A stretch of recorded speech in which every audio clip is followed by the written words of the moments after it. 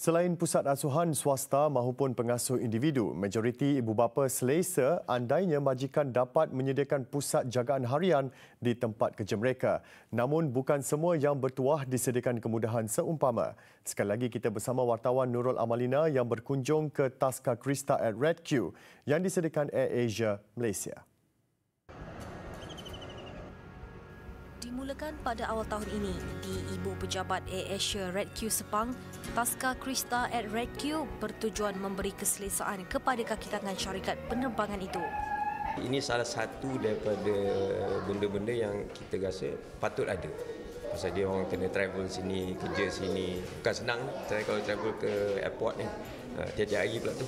Jadi ini kemudahan yang penting. Jadi kita accept the fact, kita buat. Jadi kos ni kita boleh nampak kebaikan dari segi kesenangan ibu bapa, kerja produktiviti naik. Kemudahan itu secara tidak langsung dapat mengurangkan kebimbangan ibu bapa terhadap kes penderaan dan kecoyan pengasuh. Keadaan anak-anak juga mudah dipantau. If dia tak sihat ke anything, dia orang immediately message, call I. Sebab kita orang same building kan, kalau demam ke whatever, they will immediately they message, they call. Diorang akan update I anything. Waktu bekerja adalah hari Isnin dengan hari Jumaat, pukul 9 hingga pukul 6. So saya tak perlu lagi memikirkan di mana saya sepatutnya tempatkan anak-anak saya. Maksudnya saya ada tempat yang selamat dan dalam satu bangunan yang sama di mana saya bekerja.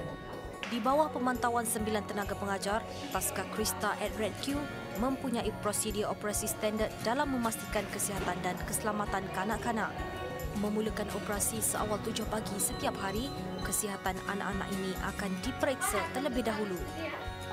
Aspek keselamatan kanak-kanak berkaitan dengan barang-barang mainan juga sangat diambil kira oleh pekerja-pekerja di Taska Krista at Red Q ini, di mana tidak kesemua bahan mainan boleh diberi sesuka hati kepada kanak-kanak ini. Sebagai contoh, kanak-kanak berusia 2 tahun ke bawah ini hanya diberi mainan yang bersifat lembut ataupun dipanggil soft toy untuk mengelakkan sebarang insiden ataupun risiko kecederaan.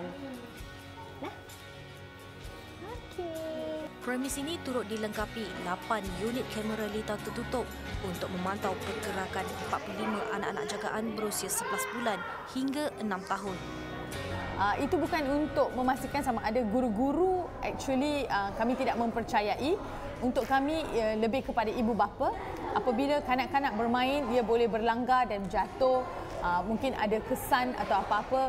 Bila menghantar balik, ibu bapa akan tanya, kenapa tiba-tiba ada kesan? So usually kami akan rekod dan memberitahu ini berlaku sebab begini. Menjelang 1 Januari tahun depan, kerajaan mensasarkan pusat penjagaan kanak-kanak akan diwujudkan di semua agensinya. Sebagai galakan kepada majikan di sektor swasta mendukung inisiatif ini, pengecualian cukai sebanyak 10% akan diberikan bagi pengubahsuaian, penyenggaraan dan pemilikan bangunan untuk pusat asuhan kanak-kanak. Namun berdasarkan pengamatan, maklum balas serta statistik kes, saya berpendapat kewujudan pusat asuhan di tempat kerja perlu dijadikan mandatory kepada majikan.